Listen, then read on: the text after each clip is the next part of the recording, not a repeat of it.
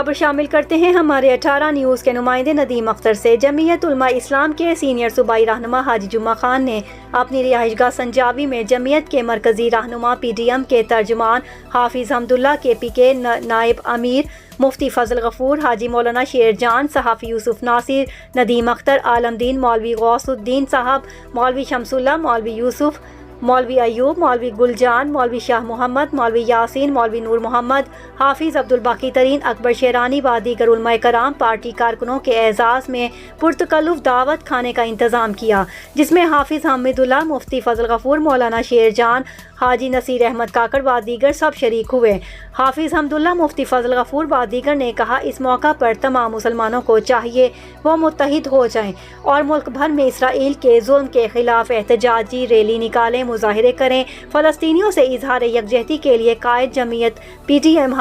حضرت مولانا فضل الرحمان کی ہدایت پر بھرپور اظہار یکجہتی کریں۔ انہوں نے کہا جمعیت علماء اسلام کے قائد حضرت مولانا فضل الرحمان کی ہدایت پر انشاءاللہ پورے ملک کی عوام اسرائیل کے خلاف احتجاج کریں گے، فلسطینیوں سے اظہار ہمدردی یکجہتی کریں گے۔ انہوں نے جمعیت علماء اسلام کے رہنما حاجی جمعہ خان کا شکریہ ادا کیا۔ جمعیت کے رہنما حاجی جمعہ خان نے حافظ حمداللہ، مفتی فضل غفور، مولانا شیر جان، حاجی نصیر احمد، مولوی غوث الدین صاحب کا شکریہ ادا کیا، ان کی جانب سے کھانے کی دعوت میں شرکت کرنے اور ان کی رہائش گاہ آمد پر۔ بعد میں انہوں نے تمام معزز مہمانوں کو رخصت کیا۔